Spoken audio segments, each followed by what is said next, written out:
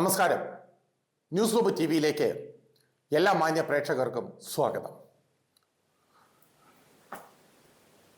മന്ത്രിസഭ രൂപീകരിച്ചതോടുകൂടി എഴുതാനും വായിക്കാനും അറിയാവുന്ന ആളുകളുടെ എണ്ണം നിയമസഭയിൽ പെരുകി എന്നുള്ളതാണ്. 102 ആയി എന്നുള്ളതാണ്. അതുകൊണ്ട് കേരള നിയമസഭയ്ക്ക് പുതിയൊരു മാനം കൈവന്നിരിക്കുന്നു. ഈ നാട്ടിലെ ചെറുപ്പക്കാർ മുഴുവൻ ഇത് ആവശ്യമായിരുന്നു. പറഞ്ഞാൽ മനസ്സിലാകുന്ന, എഴുതാനും വായിക്കാനും അറിയാവുന്ന, കേട്ടാൽ മനസ്സിലാവുന്ന, അത്യാവശ്യം വിവരമുള്ള ആളുകൾ നമ്മളെ ഭരിച്ചാൽ നമുക്കതിലുണ്ടാകുന്ന ഒരു സന്തോഷം വേറെയാണ് എന്നുള്ളതാണ് സത്യം. പക്ഷെ ചില സമുദായ നേതാക്കളുടെ പേരിൽ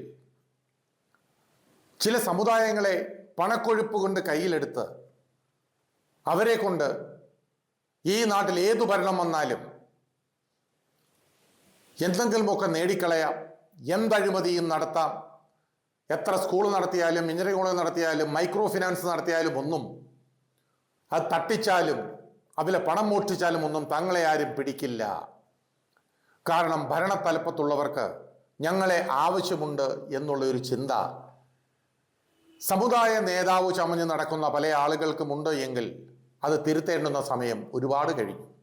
അത് എവർ തിരുത്തൊന്നുമില്ല, കാരണം ഇവർ അതിൻ്റെ പിന്നാലെ തന്നെയാണ്. പിണറായി വിജയനൊപ്പം കാറിൽ കയറി നടന്നതും അയ്യപ്പ സംഗമത്തിൽ പങ്കെടുത്തതും വി.ഡി. സതീശൻ 100 സീറ്റ് കിട്ടിയില്ലെങ്കിൽ വനവാസത്തിന് പോകുമോ എന്ന് പരസ്യമായി ചോദിച്ചതുമൊക്കെ മറ്റാരുമല്ല, വെള്ളാപ്പള്ളി നടേശനാണ്. ഈ വെള്ളാപ്പള്ളി നടേശൻ തൻ്റെ മൈക്രോ ഫിനാൻസ് കമ്പനിയുടെ തട്ടിപ്പുമായി ബന്ധപ്പെട്ട് കേസുള്ള കാര്യം എല്ലാവർക്കും അറിയാം. നിരവധി സ്കൂളുകളും എഞ്ചിനീയറിംഗ് കോളേജുകളും ബാറുകളുമൊക്കെ മറ്റൊരു വഴിക്ക്. അതുകൊണ്ടാണല്ലോ മകനെ BJP-യിലേക്കും ഭാര്യയെ മറ്റൊരു പാർട്ടിയിലേക്കും താൻ തന്നെ CPM-ലേക്കുമൊക്കെ ഈ കഴിഞ്ഞ 10 വർഷക്കാലം അഭിരമിച്ചു നടന്നത്. ഭരണം മാറും എന്ന് സ്വപ്നേവി വിചാരിച്ചില്ല. മാറുകയാണെങ്കിൽ ഞാൻ വനവാസത്തിന് പോകും, അല്ലെങ്കിൽ വി.ഡി. സതീശൻ പോകുമോ, ഞാൻ എൻ്റെ സെക്രട്ടറി സ്ഥാനം ഒഴിയും എന്നൊക്കെയാണെന്ന് വെള്ളാപ്പള്ളി പറഞ്ഞത്. ഈ പോയ കോടാലിക്ക് പല ആളുകളും പലപ്പോഴും മറുപടി പറഞ്ഞിട്ടുണ്ട്. ഈ നാട്ടിലെ ഈഴവ സുഹൃത്തുക്കളുടെ കൂടെ വോട്ട് ജയിച്ച് കിട്ടിയിട്ടാണ് UDF അധികാരത്തിൽ വന്നത്. അത് വെള്ളാപ്പള്ളി നടേശന്റെ വാക്ക് കേട്ടല്ല, അത് UDF-നോടുള്ള വിശ്വസ്തത കൊണ്ട് മാത്രമാണ്. അതുകൊണ്ട് വെള്ളാപ്പള്ളി നടേശൻ നിങ്ങൾക്ക് കുരുക്കായിട്ട് വലിയൊരു കേസ് കെട്ട് വരുന്നു. മറ്റൊന്നുമല്ല, മൈക്രോ ഫിനാൻസ് കേസ്. സംശുദ്ധ കോൺഗ്രസ് രാഷ്ട്രീയം നയിക്കുന്ന ശ്രീ VM സുധീരനാണ് മുഖ്യമന്ത്രിക്ക് ഇന്നലെ ഒരു കത്ത് കൊടുത്തത്. ഇതാണ് ആ കത്തിൻ്റെ ചുരുക്കരൂപം. പ്രിയപ്പെട്ട മുഖ്യമന്ത്രി, ചേർത്തല താലൂക്ക് കണിച്ചുകുളങ്ങര കൂട്ടുങ്ങൽ വീട്ടിൽ സ്വയം ജീവനൊടുക്കിയ KK മഹേശന്റെ ഭാര്യ ഉഷാദേവിയുടെ അപേക്ഷ ഇതിനോടൊപ്പം അയക്കുന്നു. SNDP യോഗത്തിന്റെ കണിച്ചുകുളങ്ങര യൂണിയൻ സെക്രട്ടറിയും ദേവസ്വം ഖജാൻജിയും മൈക്രോ ഫിനാൻസ് സംസ്ഥാന കോർഡിനേറ്ററുമായിരുന്ന KK മഹേശനെ സ്വയം ജീവൻ വെടിയുന്ന സാഹചര്യത്തിലേക്ക് എത്തിക്കുന്നതിന് ഉത്തരവാദികളായ കുറ്റവാളികളെ നിയമത്തിന് മുന്നിൽ കൊണ്ടുവരണമെന്ന് അപേക്ഷിച്ചുകൊണ്ട് മഹേശന്റെ സഹധർമ്മിണി ശ്രീമതി ഉഷാദേവി അന്നത്തെ മുഖ്യമന്ത്രി ശ്രീ പിണറായി വിജയന് അപേക്ഷ സമർപ്പിച്ചിരുന്നതാണ്. ഇക്കാര്യം കത്ത് മുഖാന്തരം ഞാനും മുൻ മുഖ്യമന്ത്രി ശ്രീ പിണറായിയുടെ ശ്രദ്ധയിൽപ്പെടുത്തിയിരുന്നു. നിർഭാഗ്യവശാൽ ഫലപ്രദമായ യാതൊരു നടപടിയും മുൻ സർക്കാരിന്റെ ഭാഗത്തു നിന്നും ഉണ്ടായിട്ടില്ല.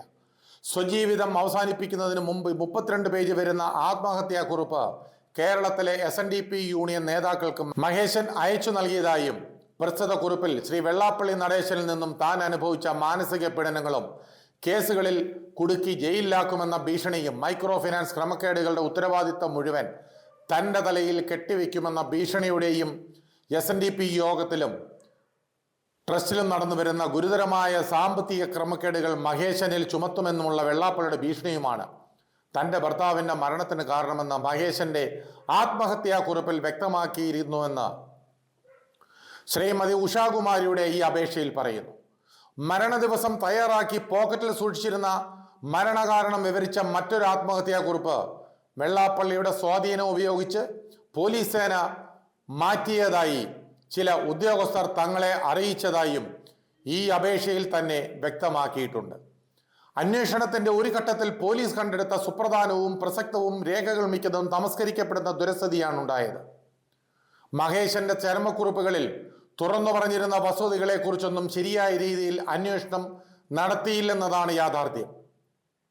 ഇതെല്ലാം കണക്കിലെടുത്ത് ഇനിയെങ്കിലും നാടിനെ നടുക്കിയ ഈ ദാരുണ സംഭവത്തെക്കുറിച്ച് സത്യസന്ധരും നിഷ്പക്ഷരും കാര്യപ്രാപ്തിയുള്ളവരായും നല്ല പൂർവ്വകാല പശ്ചാത്തലമുള്ള പോലീസ് ഉദ്യോഗസ്ഥരെ നിയോഗിച്ചുകൊണ്ട് കൃത്യമായ അന്വേഷണം നടത്തേണ്ടിയിരിക്കുന്നു. ഇക്കാര്യത്തിൽ യഥാർത്ഥ കുറ്റവാളികളെ നിയമത്തിന് മുന്നിൽ കൊണ്ടുവരാൻ കഴിഞ്ഞില്ലെങ്കിൽ അത് നിയമവാഴ്ചയ്ക്ക് തന്നെ സംഭവിക്കുന്ന അതിഗുരുതരമായ വീഴ്ച തന്നെയായിരിക്കും. നിയമ സംവിധാനത്തെ കബളിപ്പിച്ചുകൊണ്ട് ഒരു കുറ്റവാളി പോലും രക്ഷപ്പെടുന്ന സാഹചര്യം ഉണ്ടാകാതിരിക്കാൻ പ്രത്യേകം ശ്രദ്ധിക്കേണ്ടിയിരിക്കുന്നു.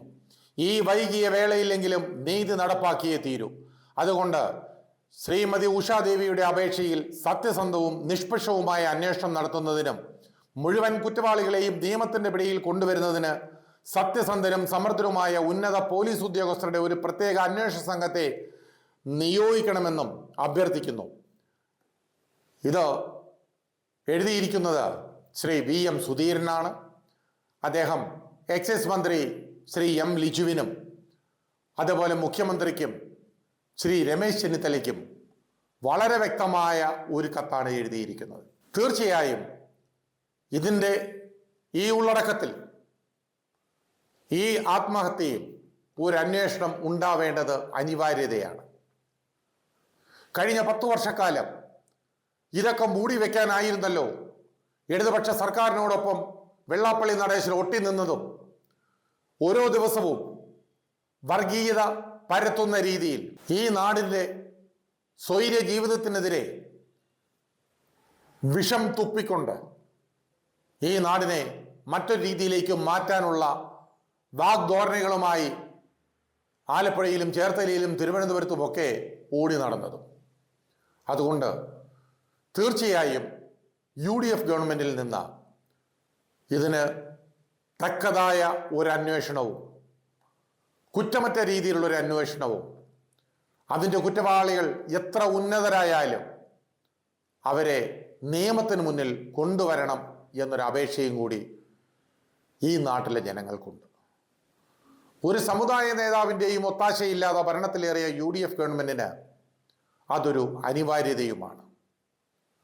ഒരു സമുദായ നേതാവിൻ്റെയും കാല് ഞാൻ പിടിക്കില്ല, അവരുടെ വോട്ടുകൾ പോലും എനിക്ക് വേണ്ട, ഒത്താശ ചെയ്യാൻ ഇങ്ങോട്ട് വരരുതേ എന്ന് വളരെ വ്യക്തമായി അവർക്ക് മുന്നറിയിപ്പ് കൊടുത്ത ഒരു മുഖ്യമന്ത്രിയാണെന്ന് കേരളത്തിനുള്ളത്. ആ മുഖ്യമന്ത്രിക്കാണ് ശ്രീ VM സുധീരൻ ഈ കത്ത് കൊടുത്തിരിക്കുന്നത്. അതുകൊണ്ട് ഈ കേസ് അന്വേഷിക്കപ്പെടണം. ഇതിലെ കുറ്റവാളികളെ നിയമത്തിന് മുന്നിൽ കൊണ്ടുവരികയും ചെയ്യണം.